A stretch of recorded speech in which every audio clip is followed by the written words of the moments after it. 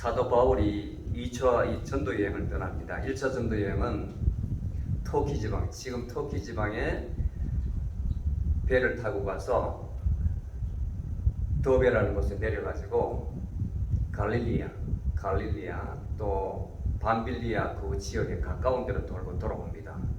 2차 전도 여행은 좀 더 멀리, 지금으로 말하면 그리스 쪽으로, 유럽 쪽으로 가게 되는데, 이때에 고린도, 지금 아테네 그 밑에 있는 그리스 지방에 있는 고린도에 개척을 하게 되는데, 여기서 1년 6개월 동안 머물면서 개척을 해요. 그리고 사도 바울의 직업이 여러분들 다 아시다시피 텐트 만드는 사람이었어요. 장막 만드는 사람.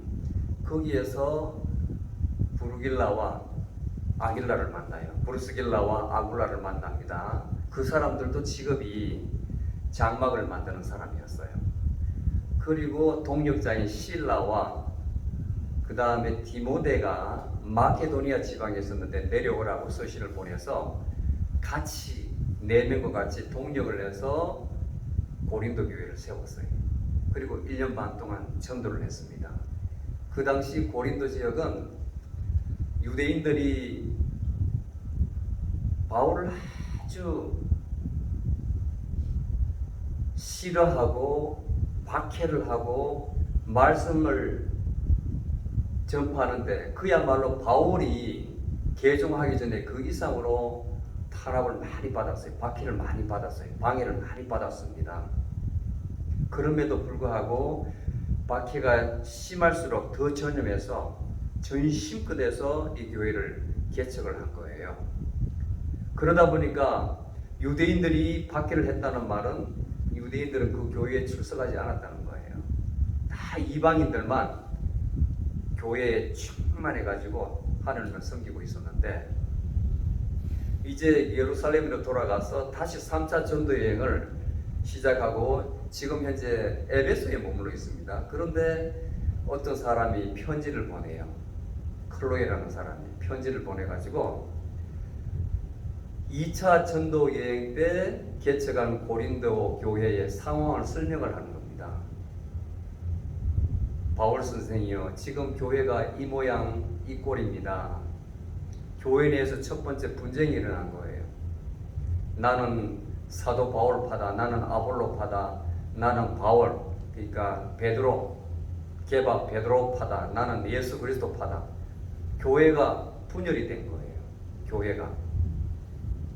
그리고 두 번째로 교회 내에서 아주 문란한, 성적으로 문란한 일이 일어나고, 그 다음에 교리 문제가 일어나고, 그리고 교인들 간에 서로 송사도 있고, 서로가 고소 고발을 하는 거예요. 교인이. 그리고 우상 제물을 먹어야 되느냐 말아야 되느냐, 우상 숭배에 대해서, 그리고 성만찬에 대해서, 은사에 대해서 다양한 주제를 가지고 다루고 있습니다. 바울이 너희들이 그렇게 하면 안 된다 하면서 하나하나 대답을 해주는 거예요. 그 문제에 대해서. 교회의 전반적인 질서에 대해서, 분열이 일어난 것부터 마지막으로 헌금하는 것까지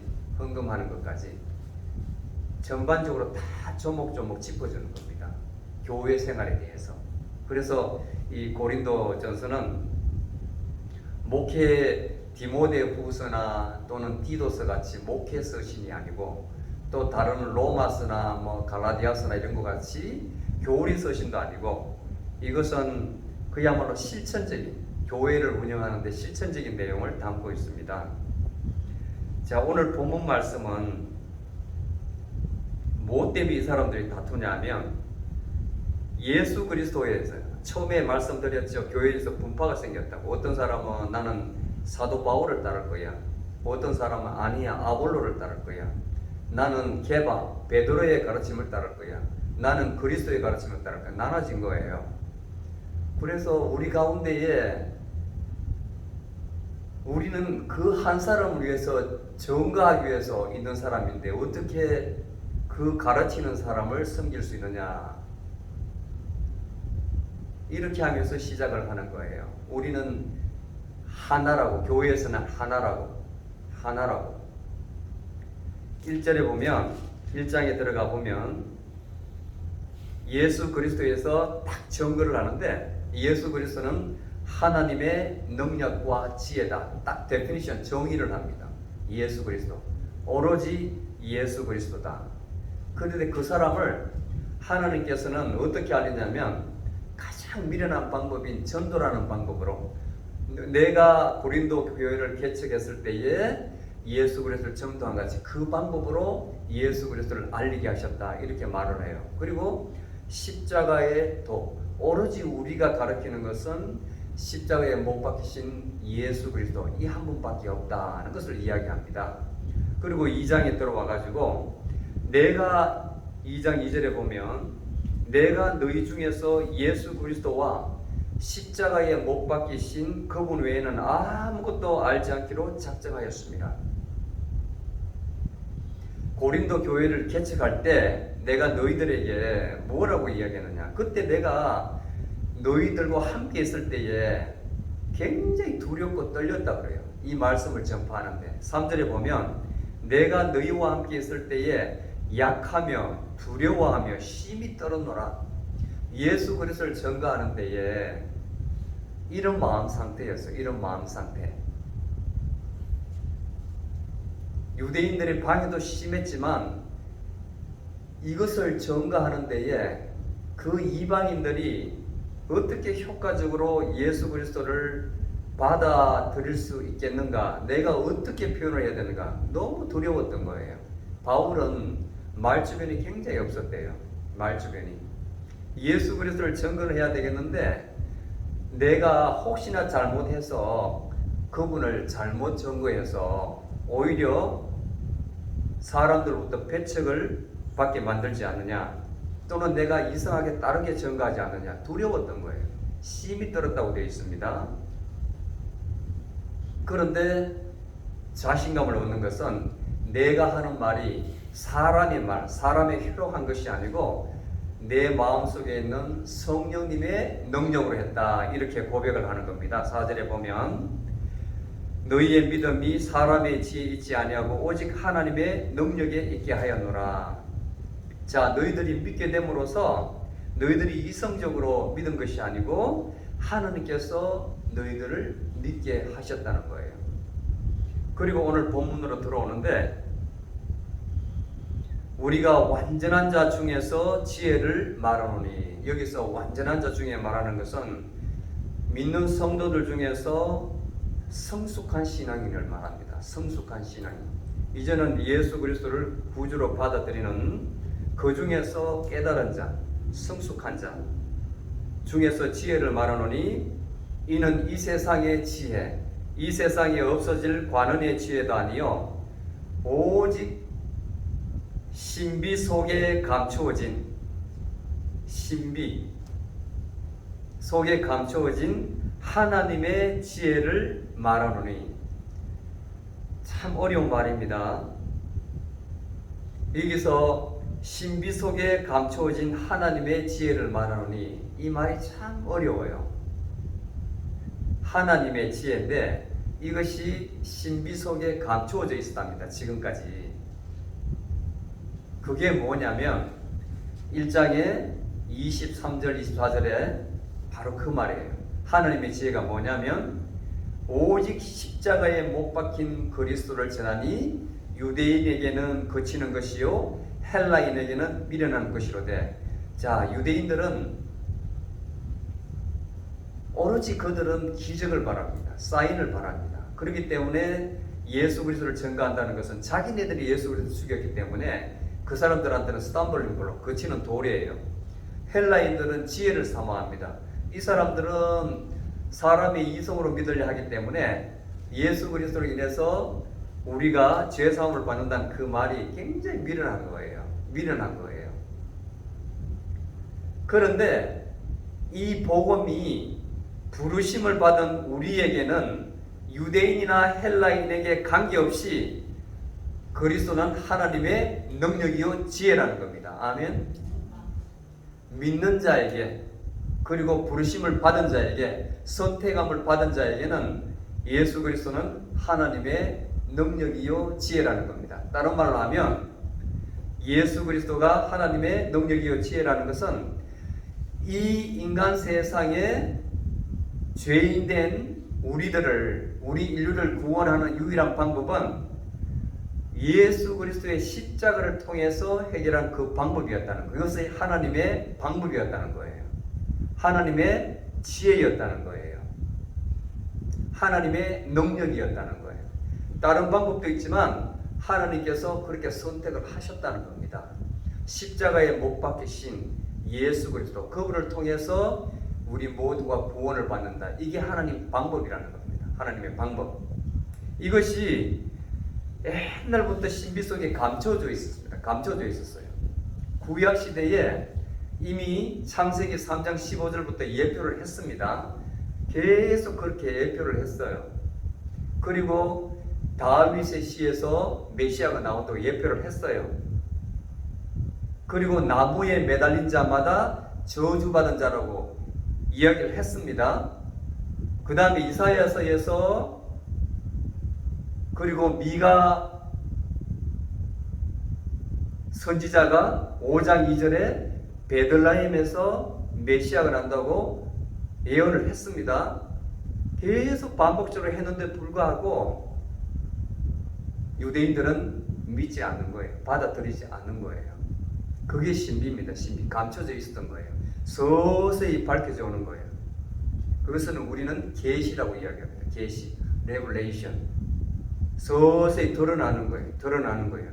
그런데 예수님께서 오셔서 그 신비를 벗겨주셨습니다. 벗겨주셨습니다.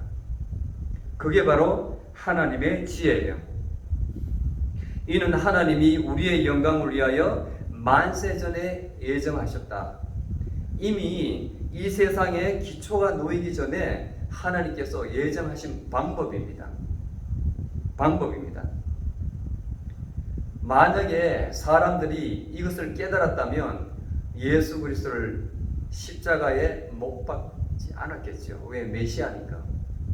그런데 하나님께서 그 사람의 마음을 어둡게 했기 때문에 몰라서 무지로 인해서 예수 그리스도를 십자가에 못 박혀 죽인 거예요. 하나님의 방법이에요. 하나님의 방법. 하나님이 자기를 사랑하는 자들을 위하여 예비하신 것들을 눈으로 보지 못하고 귀로도 듣지 못하고 마음으로도 깨닫지 못하게 하셨다. 얼마나 귀한 말입니까? 만약에 유대 관원들이 알았더라면 이 역사적 사건이 일어나지 않았다는 겁니다. 눈으로 보아도 바로 앞에 있는 메시아를 보지 못하고 그 말씀을 들어도 듣지 못하고 마음으로도 깨닫지 못하는 거예요. 생각지도 못하는 거예요. 이렇게 했기 때문에 예수 그리스도께서 십자가에 돌아가신 겁니다. 돌아가신 겁니다. 아멘. 하나님의 지혜는 오직 십자가에 못 박히신 그리스도입니다. 오로지 선택받은 자 그리고 부르심을 받은 자만 이 사실을 받아들일 수가 있어요. 선택받지 못한 사람은 보지 못하고 보아도 보지 못하고 들어도 지금 이 순간 말씀을 들어도 깨닫지 못하고 그리고 마음으로도 받아들이지 못해요. 우리 가운데에 우리는 신실한 믿음이 있지만 만약에 큰 교회에 수백, 수천, 수만 명이 앉아있다고 가정해 보세요. 그 중에 말씀을 듣고 있지만 몇 퍼센트가 그 말씀을 받아들이겠습니까? 다 말씀을 듣는다고 그 말씀을 이해하거나 받아들이지 않아요. 오늘 본문 말씀에 그렇게 말씀하지 않습니까? 보아도 보지 못하고 귀로 들어도 듣지 못하고 사람의 마음으로도 생각지 못한다. 깨달음 주지 않는 거예요. 자, 첫 번째는 하나님의 지혜. 하나님의 지혜는 십자가에 못 박히신 예수 그리스도다.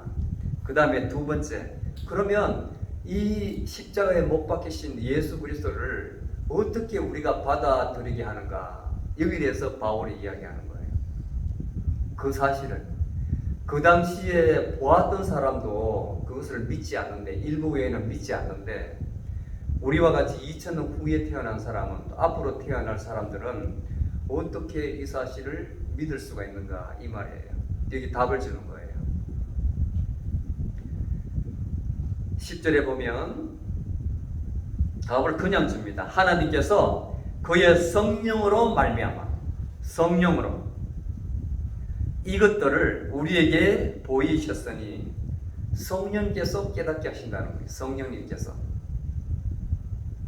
그 성령님이 우리 마음속에 계십니다. 우리 마음속에 고린도전서 3장 16절에 너희들은 하나님의 성전이다. 너희 가운데에 하나님의 영이 계시는 줄 알지 못하느냐? 우리 마음 가운데에 하나님의 성령이 계십니다. 성령이 계십니다. 성령은 모든 것 곧 하나님의 깊은 것이라도 통찰하시느니라. 이 성령님은 바로 하나님이시기 때문에 바로 하나님이시기 때문에 하나님의 모든 것을 다 아시는 거예요. 이 성령님이 우리 가운데 계신다면 우리 영과 합해서 하나가 되어서 하나님의 모든 것을 우리에게 밝게 알려주시는 거죠. 그리고 예수님께서 바로 하나님의 지혜와 능력이라는 것을 받아들이게 만드는 겁니다. 아멘. 고린도전서 12장 3절에 보면 예수 그리스도를 우리의 입술로 주라 시인하게 하는 것은 성령님이시다. 여러분들이 아멘 하는 것은 여러분이 하시는 게 아니라 여러분들 가운데 계시는 성령님이 하신다고 성경은 말하고 있습니다. 사람의 사정도 그 사람의 마음으로서가 아는데 이와 같이 하나님의 사정도 하나님 영에는 아무도 알지 못해요. 영은 영이 안다는 거예요. 영은 영이. 이것은 여러분들 체험적으로 잘 알 겁니다. 영이 맞는 사람이 있어요. 우리말로는 합한다 그러는데 영이 맞는 사람은 같이 30분, 1시간을 이야기해도 피곤치 않아요. 굉장히 기뻐요. 그 마음이. 헤어질 때도 너무 기뻐요. 그런데 영이 맞지 않으면 처음부터 삐그덕삐그덕해요. 말이 삐트가 맞지 않아요. 이 말하면 딴 말하고 이 말하면 어깃장을 놓는 거예요. 어깃장을. 그때는 가감이 털어놔야 됩니다. 괜히 싸울 필요가 없는 겁니다. 끝까지 싸우면 정말 원수가 돼요. 원수가 영이 안 맞는 거예요. 영이 안 맞는 거예요. 생각이 틀린대요. 생각이. 사람도 생각이 틀린 겁니다. 생각이 틀리니까 이 말을 하면 다르게 받아들여서 오해를 해서 혼자 화를 내고 가버리는 거예요. 내 의도는 그게 아닌데 자기 마음대로 해석을 해서 오해를 해가지고 싸움이 일어나는 거예요. 마음을 상하게 하는 거예요. 여러분들 경험하셨잖아요. 경험하죠? 영이 안 맞는 거예요. 영이. 거기서 영분별 능력이 있어야 된다는 겁니다. 영분별 능력이.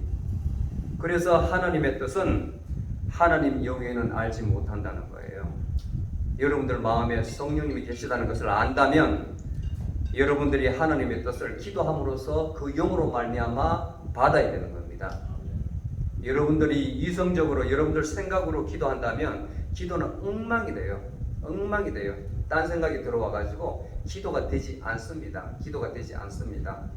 그야말로 영으로 여러분들 계시는 하나님께서 기도하시도록 해야 됩니다.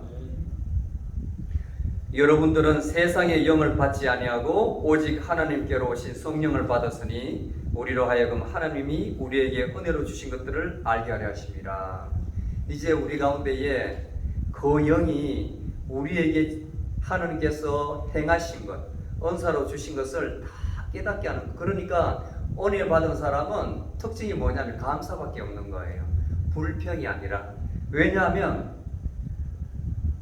받은 것이 지금까지 내가 받은 것만 생각이 나서 감사할 것이 너무나 많기 때문에 그야말로 감사밖에 안 나오는 거예요. 기도에도 감사밖에 안 나오는 거예요. 기도와 감사밖에 안 나오는 거예요.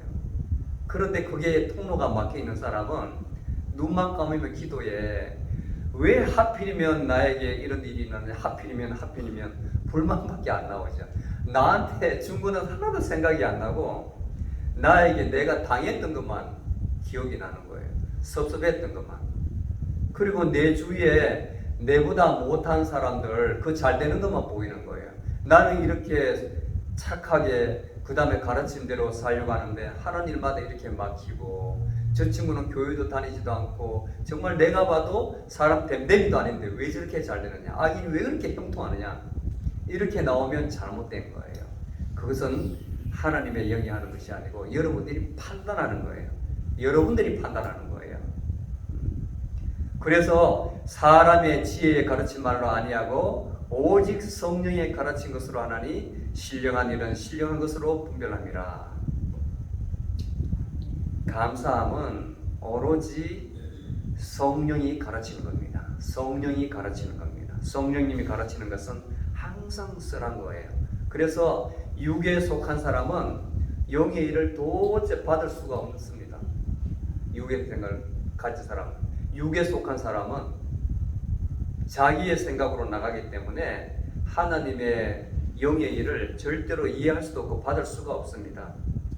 또 그렇게 말한다면, 우리가 그렇게 이야기하면 어리석다고 미련하다고 욕해요. 너는 오로지 모든 것을 왜 그렇게 비합리적으로 생각하니? 뭔 이 말에 하나님이 들어가니? 받아들이질 않아요. 그래서 본문에 이야기하는 거예요. 그것들이 그들에게는 미련하게 보인다. 미련하게.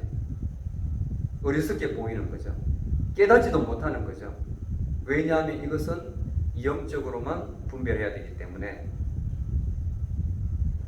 신령한 자, 영적인 자는 진실로 판단한다. 진실로 판단한다. 아무도 그 사람 남에게 판단받지 않는다는 거예요. 다른 사람에게 판단받을 이유가 없는 거예요. 이유가 없는 거예요. 왜냐하면 정확하기 때문에 의식할 필요도 없는 겁니다. 누가 여호와의 마음을 알아서 그를 가르치겠느냐? 우리 속에 있는 성령님께서 하시는데 누가 우리를 정죄하겠습니까? 우리가 그리스도의 마음을 가졌는데, 그리스도의 마음을 가졌는데. 자, 말씀을 정리합니다.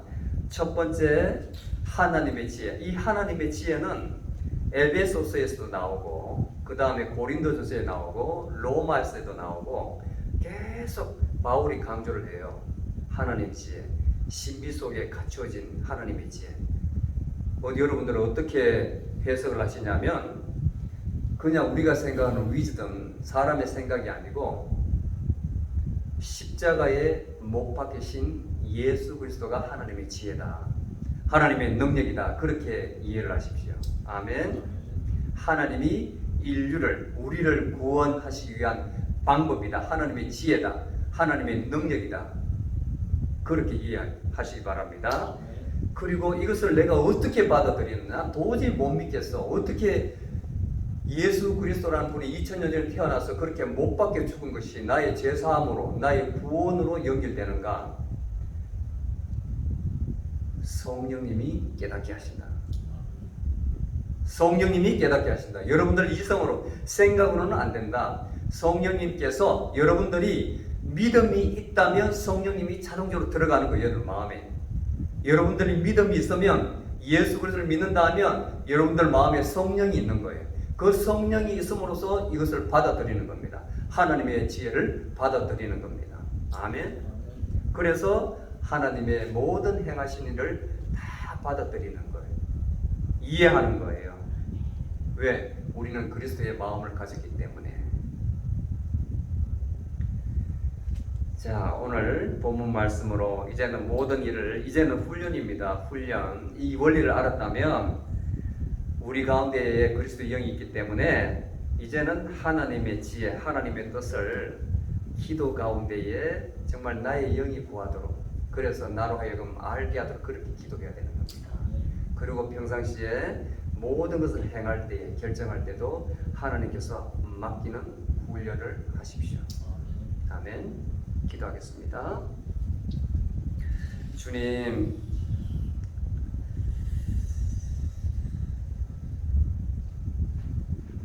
귀한 말씀 감사합니다. 하나님 지혜가 오직 십자가에 못 박히신 그리스도임을 알게 하심을 감사합니다. 아직까지도 믿지 못하는 많은 사람들이 있습니다. 그들에게 이와 같은 가르침이 참으로 거치는 도리요 미련한 것으로 보일지 모릅니다. 그럼에도 불구하고 저희들이 구원의 기쁨을 그들과 함께 나눌 수 있는 마음을 허락하여 주시옵소서. 주변에 믿지 못하는 많은 영혼들에 다가가서 우리 예수 그리스도의 복음을 전가할 수 있는 담대함을 허락하여 주시옵소서. 저희들이 우리 마음 가운데 역사하시는 성령 하나님의 의지에서 이 세상을 능히 이길 수 있는 담대함과 믿음도 허락하여 주시옵소서. 성령 하나님께 의지하여 하나님의 뜻과 하나님의 지혜에 의지하여서 모든 것을 분별하고 해결할 수 있는 저희들이 되게 하여 주시옵소서. 예수님 이름으로 기도드리옵나이다. 아멘.